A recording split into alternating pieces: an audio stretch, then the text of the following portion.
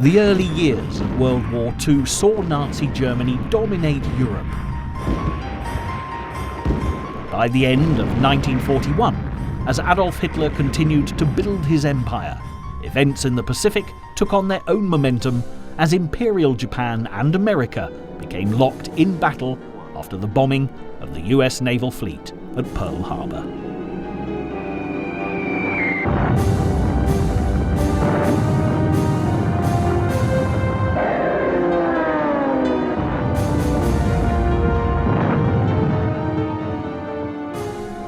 As the smoke and flames rose from the naval base in Hawaii, America and its president, Franklin D. Roosevelt, could no longer remain on the sidelines of the war that had been waging in Europe for over 2 years.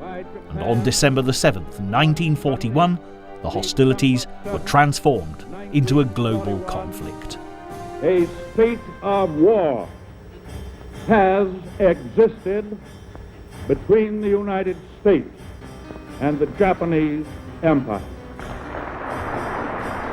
This would mark the beginning of a new chapter in the Second World War, where the Americans joined the fight for what Roosevelt had laid out as the 4 freedoms. The first was freedom of speech. The second, freedom of religion and expression. The third, freedom from want. And last but by no means least, the fourth was freedom from fear. The story of how the nation, which so treasured its neutrality and had gone to such great lengths to avoid fighting on foreign soil, joined the war, will follow in the footsteps of Roosevelt, the man responsible for the American dream. Born on January the 30th, 1882 in Hyde Park, New York, Franklin Delano Roosevelt was the son of James Roosevelt and Sarah Ann Delano, who both came from wealthy and well-established families of New York State. On his mother's side, Franklin was descended from a French pilgrim who'd begun the perilous journey from England to America, sailing alongside the Mayflower. Delayed by problems en route, Philippe de Lannoy finally set foot on American soil in 1621. 2 decades later, Claus van Roosevelt, the ancestor of James Roosevelt, sailed from Holland to arrive in Nieuw Amsterdam, or New York as it's known today. The Roosevelts were a powerful family, and Franklin lived a privileged life, studying at one of America's most highly regarded universities, Harvard. During his time there, at the beginning of the 20th century, his 5th cousin, Theodore Roosevelt, was made President of the United States in 1901. He quickly became a hero and role model to the younger Roosevelt, who was inspired by Theodore's strong leadership. Soon after his cousin stepped into the White House, Franklin met Theodore's niece, Anna Eleanor Roosevelt, who he would eventually marry in 1905. Eleanor gave Italian and Jewish immigrant children dance classes on the Lower East Side and tried to show Franklin the more deprived side of American life. It was something the future president never forgot, and together the couple would eventually make immense changes, improving the way many poor people lived. 6 years after marrying Eleanor, Franklin followed in his cousin Theodore's footsteps and ran for the New York Senate, and after a successful campaign, entered the State House at just 28 years of age.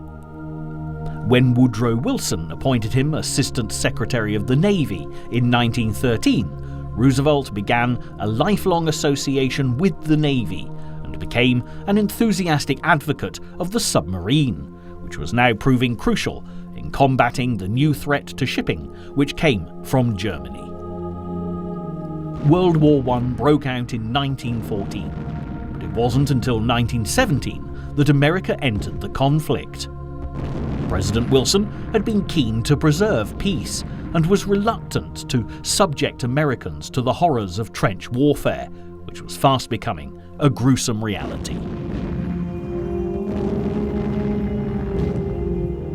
This would all change by 1917 when the president received a telegram informing him that the Germans were attempting to coax the Mexican government into a military alliance against the United States, with the promise of having Texas, New Mexico and Arizona restored to them. After many sleepless nights, President Wilson concluded that there was no other option but to send American troops into battle, and on April 6, 1917, the United States declared war on Germany, much to the relief of the British.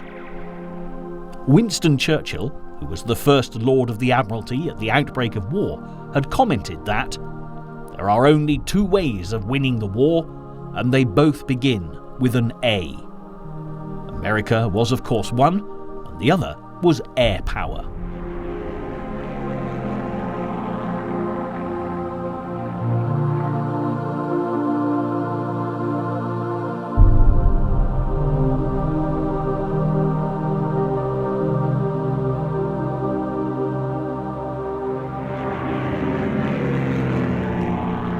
It would take a year for the United States to muster the strength and resources to take part in the action.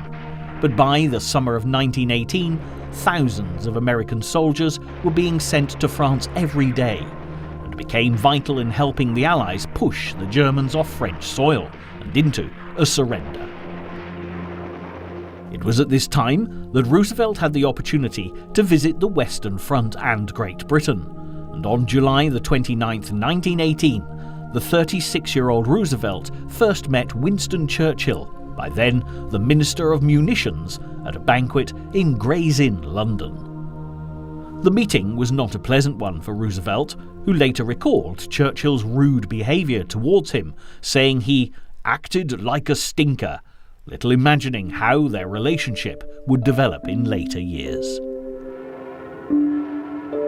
Just over 3 months after Roosevelt's visit to Britain, Germany surrendered, and the world rejoiced as the armistice was signed on November the 11th, 1918.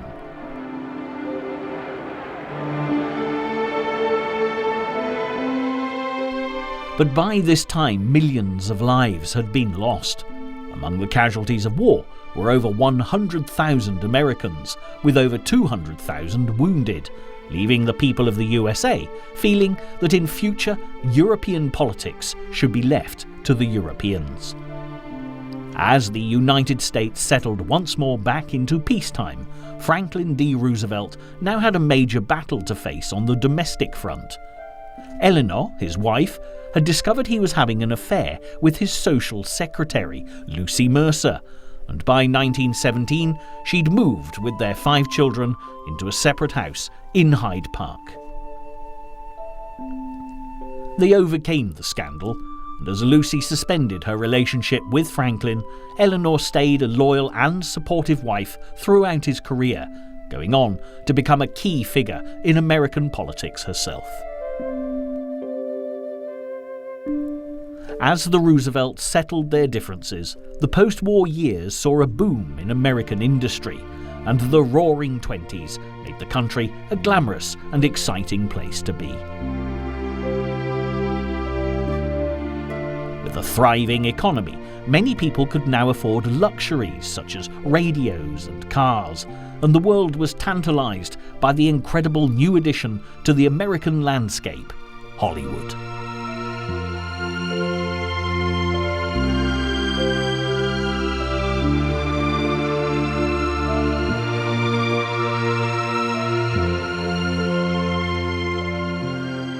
As new innovations in filming techniques made movies bigger and better than ever before, the country boasted a huge array of celebrities, and the public clamoured to see the latest shows on Broadway and in the movie theatres, giving stars such as Rudolph Valentino iconic status.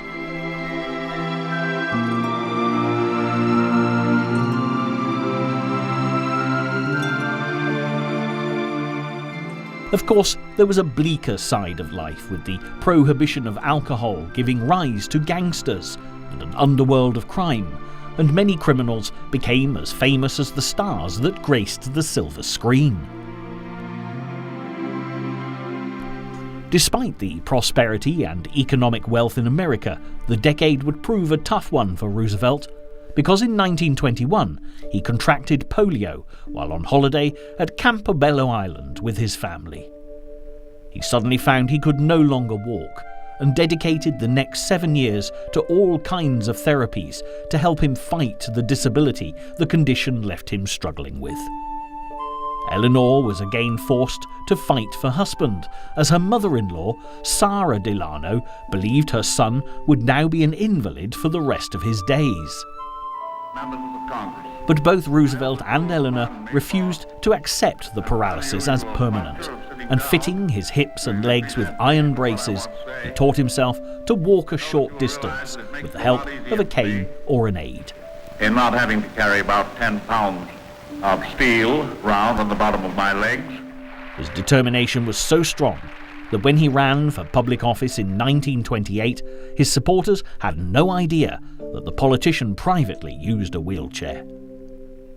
But just as Roosevelt fought his way into office and was elected governor, the United States was on the verge of a sudden change in fortunes, when the most devastating stock market crash in history shook the nation to its very foundations. The Wall Street crash of October 1929 marked the beginning of an era of instability, which would affect the rest of the world. Unemployment rocketed, millions became homeless, and as the Great Depression loomed at the end of the glittering 1920s, it had a powerful impact on Europe, not least Germany, a country already in economic turmoil, after being ordered to pay huge sums of money in reparation to the victors after being held responsible for starting World War I.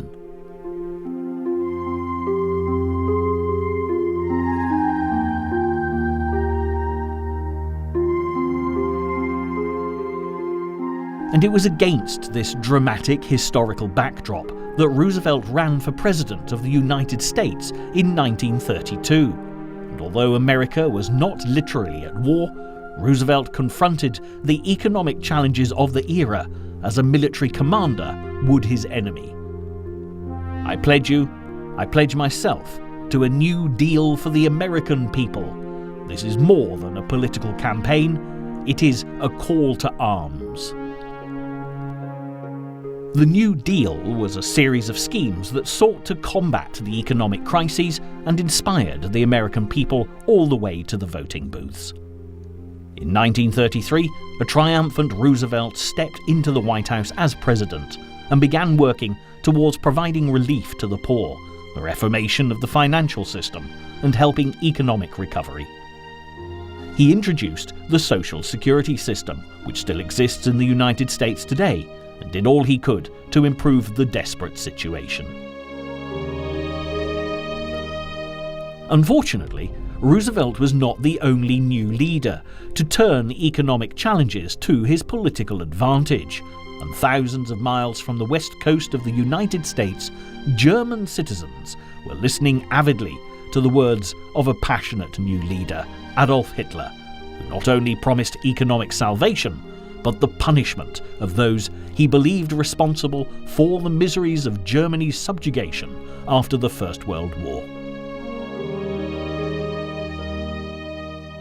Unlike Roosevelt and his altruistic measures, Adolf Hitler primarily sought self-promotion and revenge. He blamed the Jews and the communists for the downfall of Germany, and began rallying a force of belligerent and violent Nazis to fight for their extermination.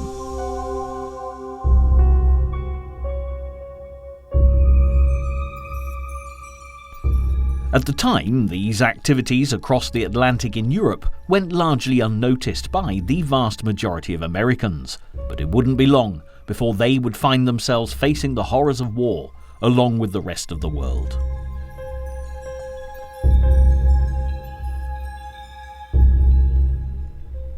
Even at this early stage, unrest was becoming more evident on a global scale, especially when the Italian dictator Mussolini occupied Abyssinia, modern-day Ethiopia, in 1935. A year later, when fighting in the Spanish Civil War was at its height, Congress was keen to assure the American public that they wouldn't be dragged into an overseas conflict, which is why the Neutrality Act was passed. Also, unemployment dropped and the economy began to stabilise, and as a popular president, Roosevelt successfully campaigned for a second term in 1937. However, it wasn't too long before international conditions worsened yet further, as the Japanese invaded China, and as the enemy soldiers approached Shanghai, American civilians began to leave the Chinese city in droves. Roosevelt sent reinforcements and aid to China, and on October 5, 1937, as the battles raged beyond the Pacific, he made a speech that was rather at odds with America's isolationist stance. He said, "The peace, the freedom and the security of 90% of the world is being jeopardized by the remaining 10%, who are threatening a breakdown of all international order and law. We are determined to keep out of war, yet we cannot insure ourselves against the disastrous effects of war and the dangers of involvement." The speech was far from neutral in tone and suggested that for Roosevelt, if a cause was worth fighting for, it would have his support. By 1938, as the European climate became increasingly unstable, the Nazis began to expand their territory, seizing Austria, the Rhineland and Czechoslovakia with barely a hint of opposition from Britain or France, who were still recovering from the devastation of the First Great War and were in a total quandary over what to do about Adolf Hitler. The main goal of the British Prime Minister Neville Chamberlain was to maintain peace in Europe at all costs, but as time went on, this seemed increasingly difficult to achieve. Unfortunately for Roosevelt, Chamberlain was also rather anti-American in his views, regarding people from the USA as brash and ill-mannered, and as Chamberlain declined several invitations to the White House, relationships between the two nations slowly deteriorated. Ironically, Chamberlain was far more at ease talking to Adolf Hitler, and as he made his way to Germany to discuss appeasing the Führer, the first Nazi rally was broadcast to millions of Americans. The sound of the German leader shrieking to the regimented Nazi faithful, who responded with thunderous cries of Sieg Heil, was extremely alarming, and Roosevelt was of the opinion that war was imminent.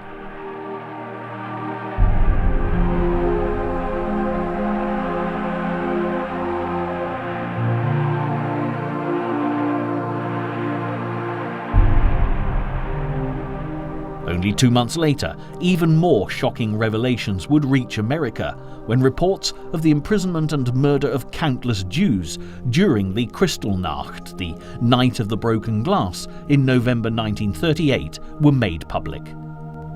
Many were outraged, and Roosevelt made a public statement saying, "The news of the past few days from Germany has shocked public opinion in the United States.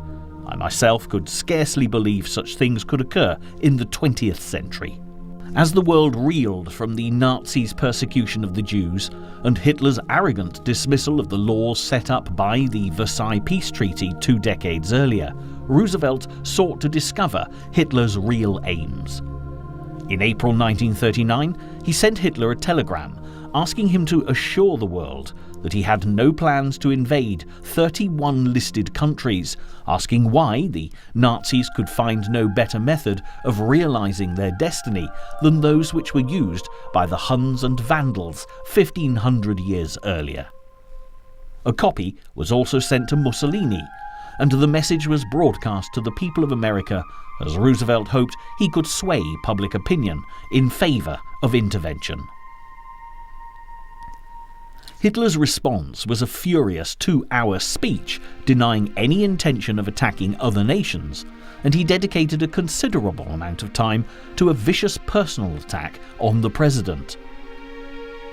It seemed clear Hitler was not to be trusted, but at the time there was little that Roosevelt could do other than watch and wait.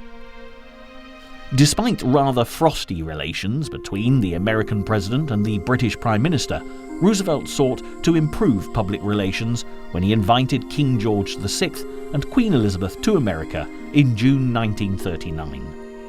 The charming royal couple did a considerable amount to raise British popularity in the United States, visiting New York's World Fair and the Tomb of the Unknown Soldier from the First World War.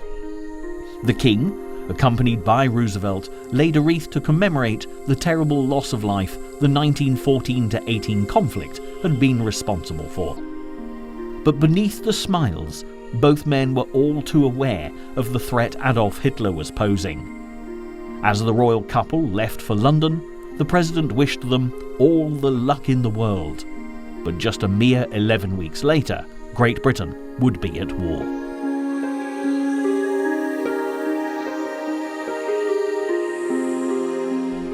On September 1st, 1939, in the early hours of the morning, Roosevelt was woken by a call from the American ambassador in Warsaw, bringing the dreaded news that the German army had invaded Poland. With full knowledge of the implications of such a barbaric act from the German dictator, Roosevelt responded simply with the words, "God help us all." 2 days later, on September the 3rd, Britain and France declared war on Germany, and so began a global conflict that would last for 6 long years. I am speaking to you from the Cabinet Room at 10 Downing Street. This morning, the British ambassador in Berlin handed the German government a final note stating that unless we heard from them by 11 o'clock, that they were prepared at once to withdraw their troops from Poland, a state of war would exist between us. I have to tell you now that no such undertaking has been received, and that consequently this country is at war with Germany.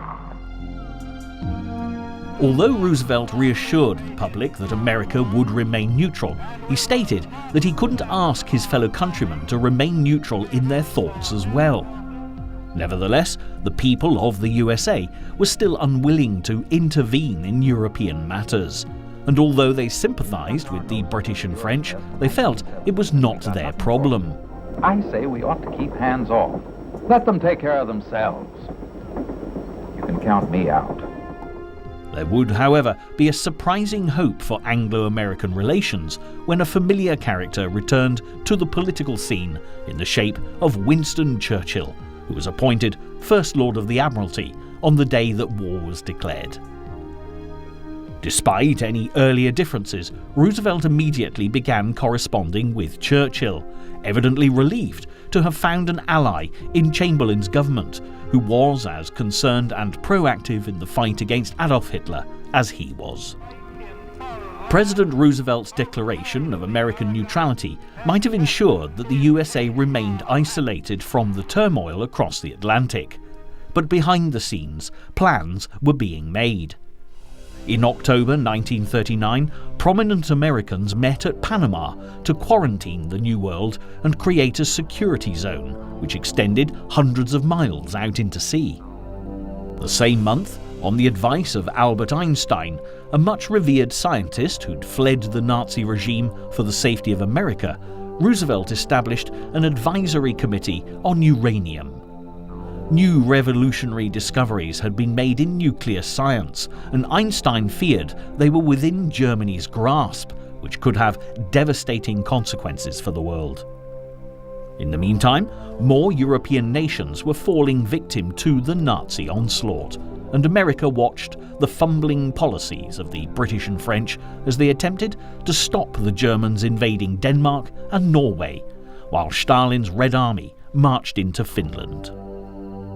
There was increasing concern as further reports of atrocities against the Jews began to circulate, and the writers John Steinbeck and Eugene O'Neill signed a statement on the deeply immoral treatment of people of the Jewish faith in Nazi Germany, while many others voiced their support for the victims, including the Hollywood stars Fred Astaire and Bette Davis.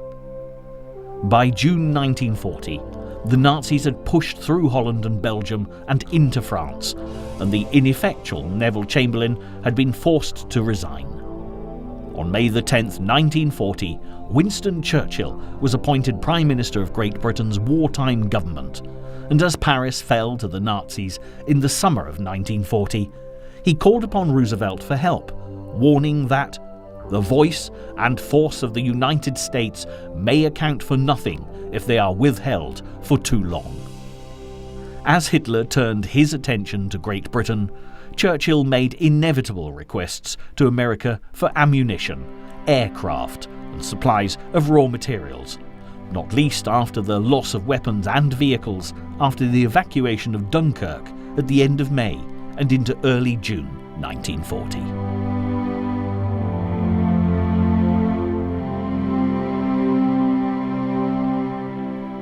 Although Roosevelt supplied the British Prime Minister with what he asked for, he still doubted whether even Winston Churchill's stirring speeches could rally the nation to withstand Hitler's Nazi war machine. In the end, it was Churchill's decisive action at Oran when the French fleet was bombed to avoid the naval force falling into German hands that really impressed Roosevelt, and he responded by offering Churchill 50 destroyers in exchange for 99-year leases on British bases in the Caribbean and Newfoundland. However, although the president was willing to lend a helping hand, the rest of America still wasn't convinced. Charles Lindbergh, the famous American aviator, inventor and explorer, and the first airman to fly non-stop from New York to Paris, was a leading spokesman for the anti-war movement America First, and fiercely advocated keeping the USA out of European battles. He'd visited Germany in the 1930s several times to report on aviation and the German Air Force, the Luftwaffe, and even accepted an award from its commander, Hermann Göring. Lindbergh believed that a crusade into Europe to destroy Hitler would lay the continent at the mercy of Stalin's Soviet Russia, in his view a much greater threat, and ultimately lead to the destruction of Western civilization. He was not alone, as many prominent businessmen, famous authors and public figures supported the cause, including Walt Disney and the actress Lillian Gish. Even the future President of America, John F. Kennedy, sent a telegram of support to Lindbergh. Roosevelt was convinced Lindbergh had Nazi sympathies and ordered a thorough FBI investigation of the popular hero, but nothing incriminating was ever found. While Roosevelt battled against public opinion, Hitler now sent the might of the Luftwaffe to attack the British Isles. Millions of Americans were gripped by the drama unfolding thousands of miles away by keeping up with the news daily through radio broadcasts. The American journalist Edward Murrow played a huge part in bringing the Battle of Britain and the Blitz into America's living rooms, as he reported on the action amidst the roar of exploding bombs and wailing air raid sirens. He broadcast his dramatic accounts from London's rooftops and at street level, even recording the footsteps of civilians as they rushed to the bomb shelters. At a time when nobody could be sure whether they would survive from one day to the next, "So long and good luck" became the standard parting greeting of the British, and this was soon incorporated into Murrow's programmes as he ended each broadcast with the poignant words, "Good night and good luck." Americans were visibly moved by Britain's plight, and public opinion slowly began to turn. There were those who were not prepared to wait for a change in American foreign policy, and they risked everything to join the fight for freedom long before such selfless service was actually asked of them.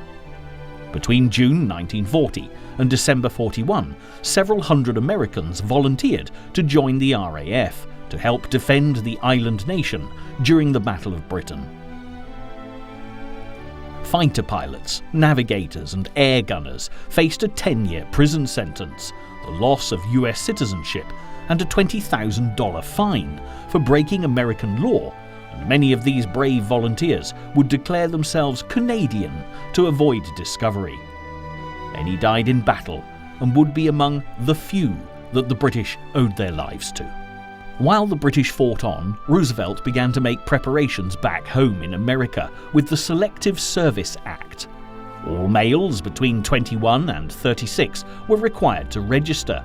However, over 6,000 local draft boards would make the final decisions on fitness and any claims for deferment.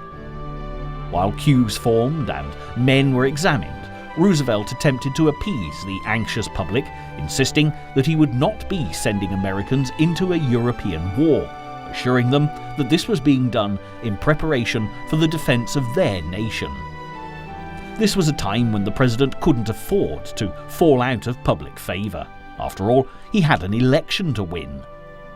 After 2 terms in office, Roosevelt was pursuing his 3rd term, an unprecedented political move in American presidential history. Out of 48 American states, Roosevelt was victorious in all but 10, and as 27 million people voted him back into the White House, he began his historic 3rd term in November 1940. As Roosevelt continued to preside over Congress, he was still determined to help Britain, conjuring the image of the United States as a great arsenal for democracy. The uplifting speech he made in the new year of 1941 became identified as the embodiment of the American dream. In the State of the Union address, he proposed that the world should be founded upon 4 essential human freedoms, namely the freedom of speech and expression, the freedom of every person to worship God in his own way, the freedom from want, and the freedom from fear. A world which incorporated these freedoms, Roosevelt believed, was the very antithesis of the so-called New Order of tyranny, and were principles that would always be worth fighting for, whatever the cost. Roosevelt was very quickly given the opportunity to play his part when just 1 month later, Churchill made an impassioned plea to the Americans: "Give us the tools, and we will finish the job." In response, in March 1941, Congress passed Roosevelt's Lend-Lease Act that aimed to do precisely what Churchill had asked. By this time, Britain had been fighting relentlessly for 9 months and was in desperate need of supplies. The Secretary of War, Henry L. Stimson, told the Senate that "We are buying, not lending. We are buying our own security while we prepare." The Lend-Lease policy would prove invaluable to the Allies in the fight against Nazi tyranny, and within months was also extended to the Russians as Hitler turned on Stalin. By mid-1941, the United States were committed to the Allied side with all aid short of war, and as US convoys were sent to protect Allied shipping, and US naval aircraft carriers secretly began ferrying British fighter planes between Britain and Mediterranean war zones, the conflict was without doubt escalating on a global scale. Also, while Europe and America were drawing up the battle lines, Japan became a more threatening force in the southern hemisphere, and consequently there were dramatic changes in American foreign policy. As the Japanese invaded French Indochina, the route for US aid to China was in danger of being cut off, and American land deep into the Pacific was being surrounded. The collection of islands known as the Philippines had been part of American territory since the defeat of the Spanish at the end of the 19th century. A historical meeting between Roosevelt and the newly appointed President Manuel Quezon had established a new Filipino government in 1935, which would claim independence by 1945. However, while Japan edged ever closer, the tiny nation was at grave risk of being attacked, and the action that Roosevelt took to stop the Japanese in their tracks would set in motion a series of events that would alter the course of the war.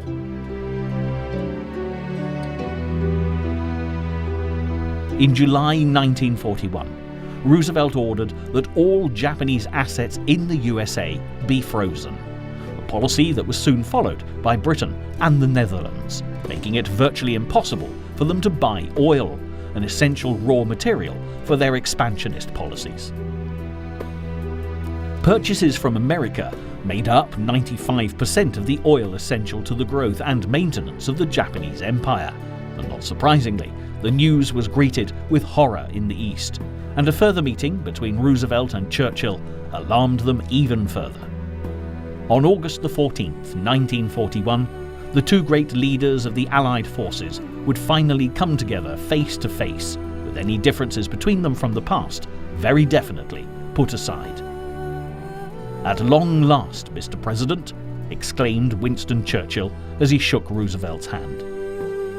It was their first meeting since 1918, and it marked the beginning of a great friendship between the two men. The 4-day meeting aboard a ship anchored off the coast of Newfoundland was devoted to an agreement on war aims, and the result was the Atlantic Charter. This historic agreement stated that, amongst other issues, no territorial gains would be sought by either the United States or the United Kingdom, and Churchill was evidently very respectful of Roosevelt on this occasion.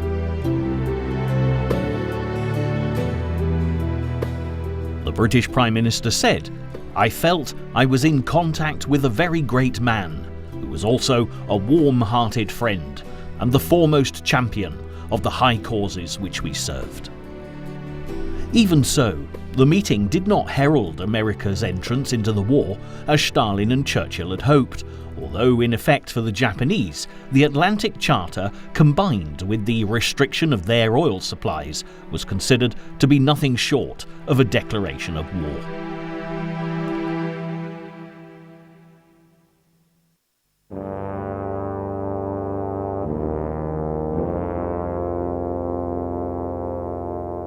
As Japan faced the reality of this threat to their very existence, in September 1941, an imperial conference was held in Tokyo, attended by the emperor and other dignitaries. Adolf Hitler was certainly keen to pursue his goals in Europe, but anything that distracted the Americans from becoming immediately combatants was helpful.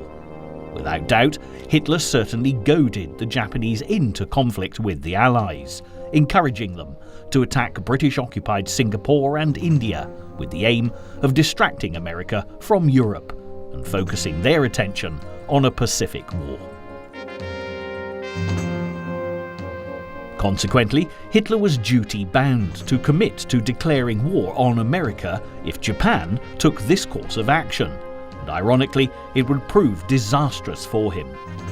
Hitler was of the opinion that America, with its prominent pro-Nazi personalities like Lindbergh and a population keen to preserve neutrality, would not cause him a problem, but it was a serious miscalculation. Nevertheless, America's peace negotiations with the Japanese confused the German ambassador, who was unsure as to whether or not they were genuine attempts at avoiding war. The USA offered Japan a final peace deal, with the promise of embargoes on oil and steel being lifted in return for withdrawal of Japanese troops from Indochina. President Konoye offered to meet Roosevelt in Hawaii, despite the considerable risk to his life. He even went so far as to make a pact with America, under which Japan would agree not to declare war on the United States, even if American activities led to war with Germany, in contravention of the tripartite pact between Hitler, Mussolini, and the Japanese. But Konoye's attempts were all in vain, as the Japanese military were determined to go to war. On December the 7th, 1941, Japan dispatched notification that recognized all negotiations between the two nations had failed. But by the time it arrived at the White House, Roosevelt and the people of America were all too aware that peace with the Japanese was not an option. At 8 o'clock in the morning of Sunday, December the 7th, as the sun shone lazily over Hawaii, high above the Pacific, a sinister shadow began to form along the horizon as swarms of Japanese fighter planes began to approach the US fleet at Pearl Harbor.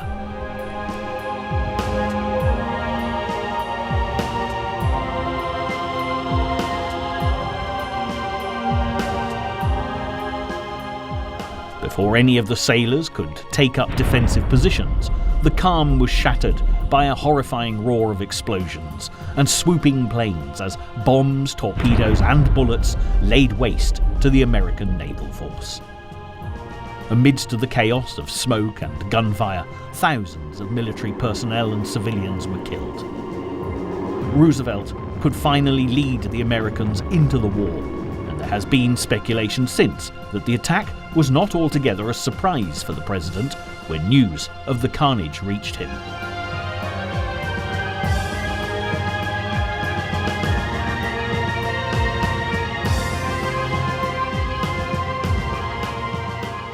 By the next morning in Washington, thousands had gathered outside of the White House, waiting for the reaction of Roosevelt to the terrible attack. The president's words would go down in history, as did the event itself, and he didn't disappoint the Allies, rallying his arsenal of democracy to take up arms against the empire of the rising sun. And dastardly attack by Japan on Sunday, December 7, 1941, a state of war has existed between the United States and the Japanese Empire.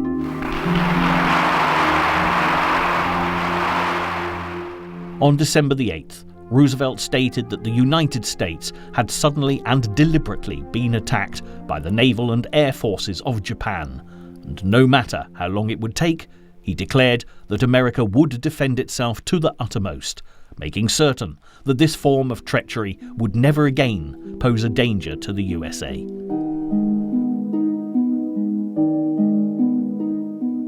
Roosevelt's bitterest opponents were now in favour of fighting, and the nation, which had carefully nursed its neutrality for so many years, stood united behind the president as America entered the Second World War. The coming battles on the continent of Europe and the Japanese on the continent of Asia and in the islands of the Pacific.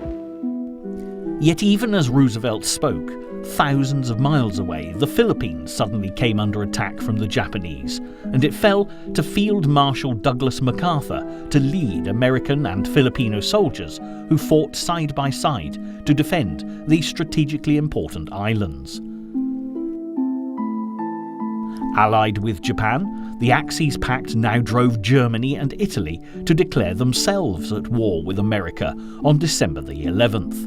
And as the USA stood up to be counted on the Allies' side, Churchill was eager to visit Roosevelt to discuss war strategies. Just days before Christmas 1941, the two great leaders would meet once again, and within the White House, Churchill busily created his own war room, plastering the walls with maps, while the corridor began to fill with British administrators.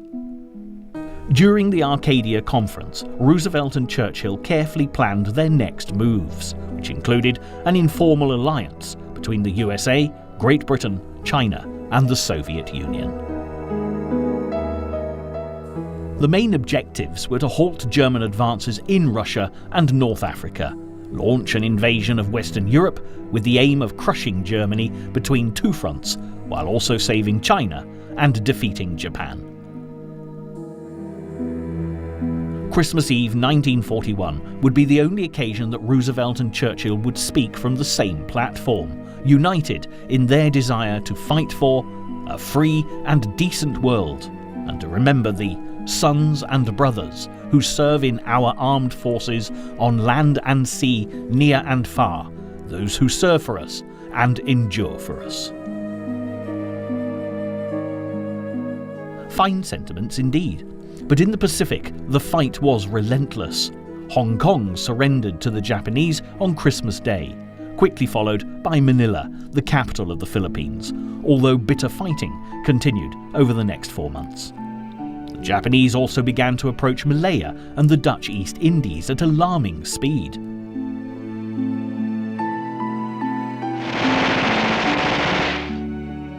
Nevertheless, for Winston Churchill and the British, the entry of the USA into the fray was very positive.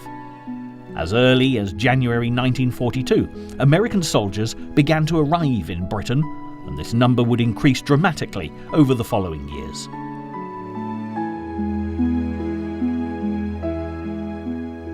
The American GIs had quite an impact on British life, as they arrived bearing gifts for the ladies, most notably stockings, and the disgruntled men of the United Kingdom soon began to describe them as oversexed, overpaid, and over here.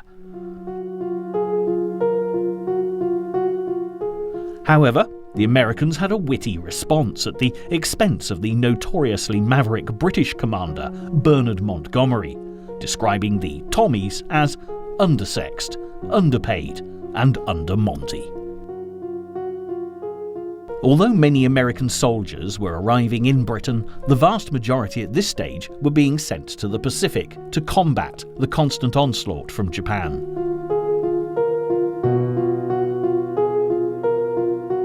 Early in 1942, the Japanese began bombing Singapore, one of the most important commercial and military centres in the British Empire. On February the 8th, 23,000 Japanese soldiers attacked the island. To the horror of Winston Churchill, Singapore had fallen by February the 15th, and the Prime Minister described this tragedy as Britain's greatest defeat. In the Pacific, the American General Dwight D. Eisenhower was doing all he could to get aid to the struggling Philippines, but to no avail. The presidential palace in Manila was occupied, and with 80,000 prisoners of war captured by the Japanese, horrifying accounts of the appalling treatment they received at the hands of their captors soon reached the United States. The Filipino and American soldiers were made to walk 105 kilometers to a prison camp in the north, a trek that has gone down in history as the Bataan Death March.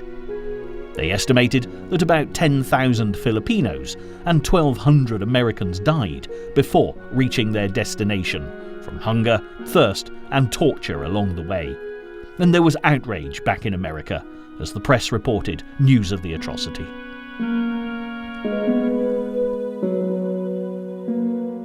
Within months, the Japanese had control of Burma, Malaya, Thailand, French Indochina, and the Malay archipelago.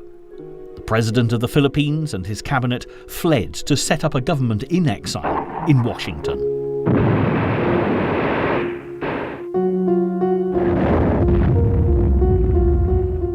While the conflict unfolded in the Pacific, Eisenhower was appointed head of the European Theatre of Operations, and his first task was to put Operation Torch into action.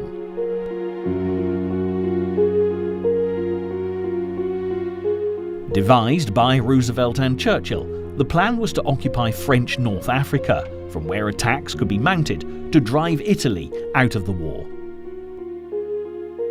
From his headquarters in Gibraltar, Eisenhower directed Operation Torch with attacks on Algeria, Morocco, and Tunisia, which would be the first combined combat operation during World War II involving American and British forces. It was also where Eisenhower would come into contact with General Bernard Montgomery, known fondly to his men as Monty. By February 1943, Eisenhower had been made responsible for the British Eighth Army, under the command of General Montgomery, and it became clear that tensions not only existed between British and American soldiers, but also at the highest levels. Montgomery exasperated the Americans with his tendency to ignore agreed strategies that didn't suit him, which resulted in him clashing with the US generals George Patton and Omar Bradley. Although General Bradley was polite and courteous, General Patton had a reputation for being equally as difficult as Montgomery, and even his men would refer to Patton by the nickname Old Blood and Guts. In fact, on one occasion, it fell to the level-headed Eisenhower to save the more volatile General Patton's career. While visiting injured American soldiers in hospital to commend the wounded, Patton shocked all who were present by slapping 2 young privates and accusing them of cowardice. Although their wounds weren't visible, the men were actually suffering from shell shock, which we would recognise today as post-traumatic stress. And when news of the attack was reported, many believed that the general should resign.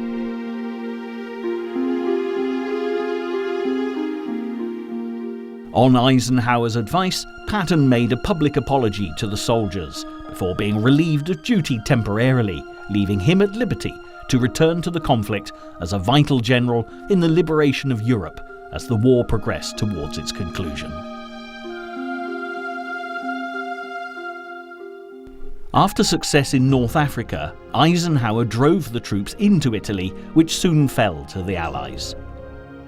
In 1943, Roosevelt and Churchill, recognizing Eisenhower's brilliance, placed him in charge of Operation Overlord, that would include the invasion of Europe, beginning with the D-Day landings.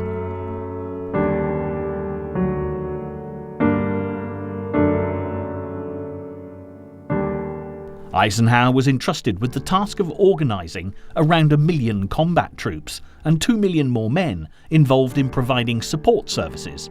As of the 6th of June 1944, the Normandy beaches, codenamed Sword, Juno, Gold, Omaha and Utah witnessed the beginning of the end of World War II. By the new year of 1945, the question was no longer who would win the war. The Allies were by this point poised for victory. It was simply a question of when.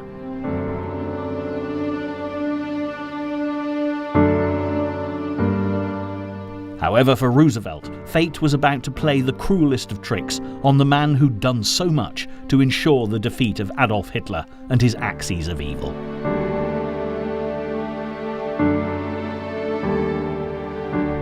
On March the 30th, 1945, the president went to Warm Springs to rest before his appearance at the founding conference of the United Nations.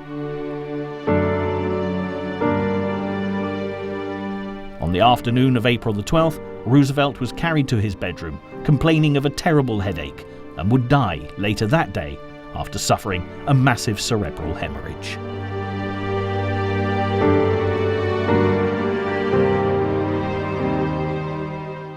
Less than a month after his death on May the 8th, 1945, America celebrated with Europe the moment that Roosevelt had fought so hard for, as Germany surrendered.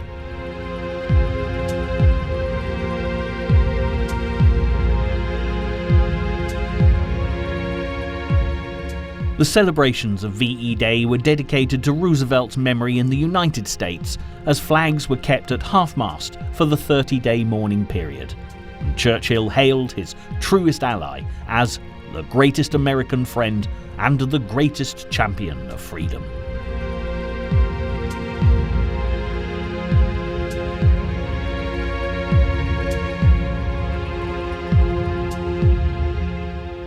It was the end of an era, and a new age was about to begin. The man who now took over Roosevelt's battle for the arsenal of democracy was the Vice President Harry S. Truman, who would lead America and the rest of the world into the final chapters of the war. When the conflict in the Pacific finally came to an end in August 1945 with the atomic bombings of the Japanese cities of Hiroshima and Nagasaki, the West celebrated peace. But the destruction waged on the East heralded a new chapter in modern warfare, as the most terrible weapon history had ever seen finally brought the Japanese Empire to its knees.